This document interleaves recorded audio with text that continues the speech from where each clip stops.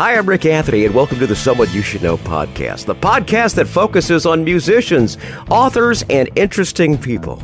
We like to say we're making a difference one artist at a time. So sit back, have a cold one, and get ready to meet someone you should know. Hey, it's author time on this episode of the Someone You Should Know podcast. I'm going to introduce you to an author with a brand new fiction novel that came out a couple of days ago called Strange Flesh. It's the story of Freddie Bickel, who is loved by two women, one that wants to marry him and one that wants to murder him. Sounds interesting. My guest this time is author Joe West. Joe, welcome aboard, man. Thank you, Rick. Appreciate you having me aboard. Joe comes to me via a mutual friend, Kevin Simon, who was on podcast, episode number 81. How do you know Kevin? I know Kevin from being in rock and roll. His band was my neighbor in the city of St. Louis in Bevo many, many years ago. And I went to a dozen gigs if I went to one, helping the guys, doing anything I could, carrying guitars, hanging out, going to shows. And to know Kevin is to love Kevin. I mean, he is. Oh, absolutely. He's a great guy. He's super fun. No, was this Poppy's 3 or what part of Kevin's? Yeah, it was Poppy's 3. But yeah. And we just had a great time. Yeah. I mean, we went to so many things, and they did so much more. I mean, it was an incredible journey. That band, I absolutely loved. I loved Kevin, I loved Randy, I loved Craig. Great bunch of guys, and they had so much other music that when you'd go to one of their live shows, it's kind of like, when are they going to release that? And it never got released. And because I asked Kevin, I said, where are those files? Because those things are just still gold. But they're great. Yeah, they're fantastic. Absolutely good stuff. I have a tape and a CD at home, and I pop them in every now and then and listen to them. Like, wow, such good stuff. Absolutely. Such good stuff. Absolutely. Now, your one sheet says that you write urban fiction and love to tell inner city tales of hell on earth with just a dash of hope that things will get easier to bear with time and a few lucky breaks that your characters will obviously use poorly and hurt everyone they love in the end. How did your love affair with writing begin? I started writing as a kid. I just started, writing down stories, entertaining my friends and every now and then my family. And, it was about the only subject in school I could pass. I've often wondered, people were always like, it's so hard to write. I'm like, well, you speak English. Why can't you write it? And I just didn't realize it was a talent more than a skill. Mm-hmm. And then as I just got older, I kept doing it. And I would do it at work for different things. And I would every now and then just play around with it. But I spent years in music, which is another big connection I have with the Poppies is I had my own band at the time called Public Defender. And I would sit there and write lyrics for days and try to put together songs. And it's a learning process, writing a little of this, a little of that. And before you know it, you've built up into something that you didn't even realize you had. I can remember when I met my wife 30 years ago. And I invited her back to my place to read my poetry. And she always laughs, like, he really had a book of poetry, he wrote a book of poetry. So I've been doing it for just basically since I was just a little kid, and I've always enjoyed it. And I've always just felt like I was kind of a natural for it. And I've worked really hard to get much better. Strange Flesh took me a total of 3 years from start to finish. Just writing it was 8 months, and then editing and beta readers and just testing it and making it just what I call horse flesh, just pure muscle. And that's what everybody gets with the book now. Is they get a top shelf book that I can only declare it urban fiction. I don't know what else to call it. I used to try to be transgressive or noir, but none of those titles fit. Urban fiction fits because my characters are not the salt of the earth, but they're good people, and they're just trying to make a living. And it's not the stories of people winning the lottery or they start off rich and they lose it all. No, these are just people who are struggling really hard to survive and who are trying to make those ends meet. And it's difficult, and it's what I relate to. That's kind of like why I'm doing the podcast. I can't write. I can write comedy. I cannot write. Sit down and whoops. Remember that cat we were talking about yesterday? There's the cat. If you look back there, Joe, that's where she was yesterday. Way up there. I remember seeing that on Facebook. That was awesome. I know. She was way up there. That's why we call it CatGotYourTongueStudios. If it's not her, it's Angel, who likes to walk across the screen. Now, Chloe's got the problem of loving to touch keys on the console here. And every once in a while I'm going, why don't I hear him anymore? I realized that she hit a mute button or whatever. But like I started to say, I don't write my wife of 40 years, who I lost in 2018, had experienced all of the interviews that I've done for eons when I was at the All-Star Radio Network in St. Louis.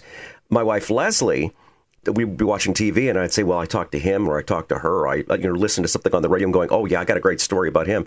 You need to write a book. No, that's why we're doing the podcast, is because I don't write. As a matter of fact, I had my former boss on, and he says, yeah, I know you don't write. I used to have to edit your stuff. Well, everyone's a critic. Joe, are you a disciplined writer? Do you take a time to write, or does it just have to flow?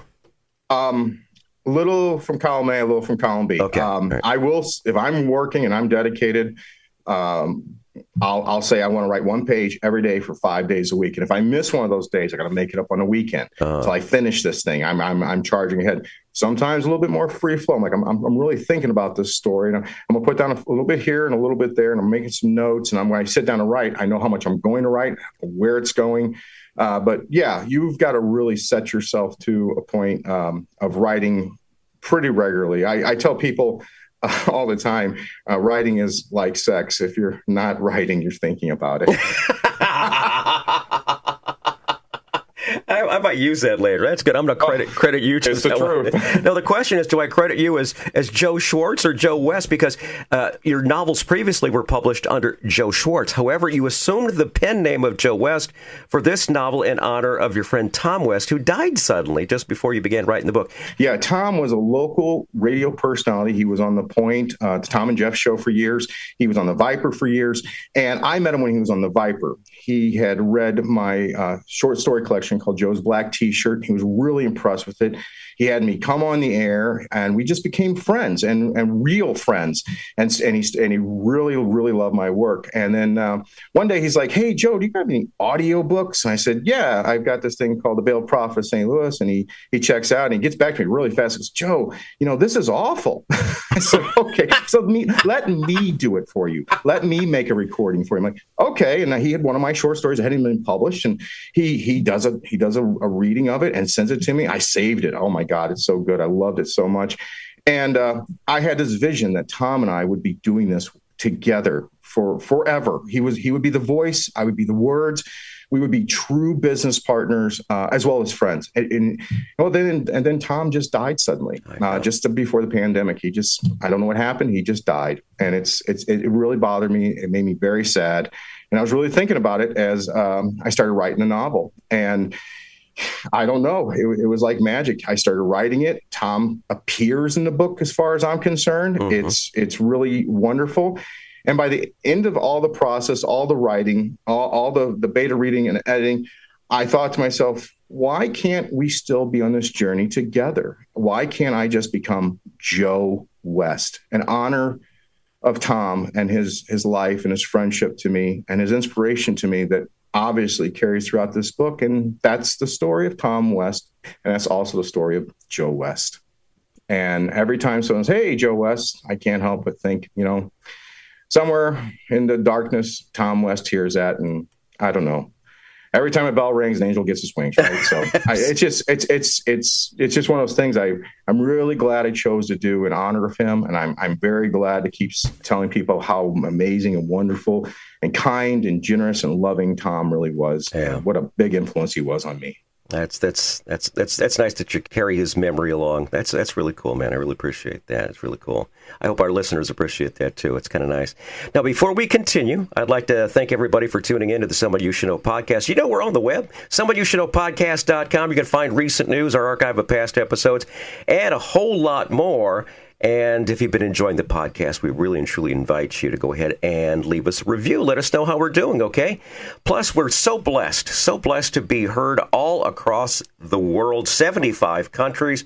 I want to salute a couple of cities here: Rio Linda, California, listening today; Toronto, Ontario, Canada; and Kissimmee, Florida, listening in. The Someone You Should Know podcast heard wherever quality streaming audio is available as we get back to our podcast interview with Joe West. Now, we've been talking about it a little bit, but we actually haven't been talking about the new book. Strange Flesh came out just a couple of days ago. Can you give us maybe a 2-3 minute synopsis of the book? Sure thing. Straight from the back cover. All right. Freddie Bickel is a degenerate and a louse. He's not a good man. He never wanted to be, but how things have changed. Freddie has spent his life being angry while mostly drunk and high. He has never been much of a friend or an employee, but sometimes life doesn't come with choices. Some days, all any man can do is hang on hoping he won't die or go to prison. So far, Freddie is doing pretty good. Sunday Jones is young and pretty woman in her 20s, but isn't ready for life as a grown-up. Unable to adult alone, her mother, Jerusalem, is glad to keep her daughter home to help run her life. Most of all, Jerusalem wants to have a family again, but that is going to require more than good intentions. Freddie has a crush on Sunday, and she knows it, but her mother, Jerusalem, has taken a shine to the lousy security guard, despite his obvious flaws, and has no problem using her daughter as the bait that will trap Freddie. Even though Freddie is willing to make a deal to be Jerusalem's common-law husband and father to his weirdly strung-together family as a personal drug dealer to them all, Freddie cannot seem to say no to Sunday's autistic son, Octavius. In exchange for all this, Freddie wants only one thing: to have a home he has no right to claim as his own, but one he has dreamed of having all his life. For the first time in his miserable, wasted existence, Freddie Bickel will get to see what it is like to wear golden handcuffs, to be a husband and father, a man with responsibilities far greater than he could expect or imagine in order to have what he has always wanted, a place in this world where he belongs. Now, all he has to do is not screw everything up like usual. I think we know a person just like that. Don't we all know someone like that? Dysfunctional. I swear to God, if one more person walks up to me and says, "Is this book about you?" I'm going to cry. Well, you kind of wonder where the inspiration comes from. Where did that one come from? Well, it was a pandemic. Okay, I worked at St. Louis Public Library, and, to stay employed, my job is the event and auditorium coordinator. Well, there's no events, and there was nothing to coordinate in auditorium during the pandemic. So I said, well, if you don't mind, I'll be a security guard for a while. I've done it before. And they're like, sure, of course. And they let me work the front door at the library. So at 5 a.m., the early staff comes in, custodians, maintenance people. I have to make sure they're wearing a mask and, take their temperature, and everybody's, ducky. Well, it takes 15 minutes, 16 minutes, maybe. And that's it. No one else is coming in until 7, 8 o'clock because there's really not a whole lot to do except go to your office and shelter in place and start sending emails. And a lot of people are working from home. Mm-hmm. So I had about 2 hours or so a day to myself that was just, premium time. And let's just start writing. And I just started writing a story about a security guard just walking around the building. He's frustrated. He's angry. And it just blossomed. I don't know how else to put it to you. It's one of those things where you suddenly start telling yourself a story, and hallelujah, it has an ending. Hey, Joe, how does this compare to your previous books? It's a lot different. The other books didn't have what I would consider the chops for such an intelligent, raw book. The others were a lot shorter, and I was still learning a lot as a writer. This is masterclass time. This has gone from, being able to tell a yarn to being able to suspend disbelief. Very cool. Very cool. I like that too. I think I might use it later. Oh yeah. Now, this book here, I imagine you could have some book signings involved. You had an interesting story regarding Stephen King and book signings. You share that with us? I heard it secondhand through a book, of course, by Chuck Palahniuk. Chuck Palahniuk had written a book of a writing advice. There's a lot of these on writing books. Stephen King has one, but Chuck had worked in Seattle, and he had helped with a Stephen King book signing. As you can imagine, there's 1,000 people want Stephen King to sign their book. Stephen King started signing books, as I recall the story, and he had like a blister or sore on his finger, and it popped, and he started bleeding as he was signing someone's book. And he's like, whoa, stop, let me get a Band-Aid. And the person signs like, no, don't you dare. I want that. And he's like, okay, whatever. Well, the next person in line wants it. The next person. And before you know it, this poor guy is probably, become a hemophiliac at the end of this signing and needs to be rushed to the hospital. But that's the kind of popularity Stephen King suffers. He's the Elvis of pop literature. I don't know anyone who could be bigger. I just don't. It's not just that he has so many books. Everyone, I can't throw a rock and not hit somebody who hasn't read a Stephen King book. I really don't think it's possible. I have. My wife has. As a matter of fact, we've got an entire little wall selection there that's just Stephen King. Good stuff. And I was a big fan of his Bachman books. He had a four-book series. When I was a kid, I was reading those. I was just blown away. Those were a way bigger influence on me than any of his horror stuff, because it was real nasty and dirty and transgressive and dark and violent. And I think every one but one has been made into a movie. The most famous being Stand By Me, which was actually called The Body. There you go. Very good. Very good. Let's talk about where the book is available at. Where is it available at? Sure. In St. Louis, you can get it exclusively at Dunaway Books if you'd like to walk in and buy one from your local merchant. Otherwise, you can get it on the great big Amazon. It's where everything's at. That's where everything lives. I always tell people, when you spell it, make sure you spell flesh with a $sign. Otherwise, you won't find it. But Strange Flesh is available on Amazon 24/7 at a very reasonable price of $15. Very good. Now, what I'm going to do, folks, is I'm going to go include that down in the show link. So if you're driving your car right now and you're going, what was the name of the book? Rick, what was the name of the book? Down in the show link. So when you get down there, if you get to work or wherever it might be, just go down to the show notes. It is down there. Just click on it. It'll take you directly to where you can get that book. Let's talk about your social links, too, as far as that goes, Joe. How can people find out more information about you? See, for instance, if you got book signings and such to go. Sure. I always tell people, just find me on Facebook. It's real easy. Joe West. I'm not hiding. It's very simple. If you find Joe Schwartz by accident, you can click right on over. I'll get you. I have no problem with self-promotion. You'll find me all the time. And I keep it simple. I keep it all on Facebook. That way there isn't a lot of socials to go find. If you're not using Facebook, I'm sorry. That's my loss, but it's what I've chose to do. Me too. I mean, that's just it. I mean, I am on TikTok. I am on Twitter, or X is what it's called now. And I'm on Instagram and all the other ones. But it's basically just to promote what I'm doing on Facebook, or on YouTube, whatever it might be.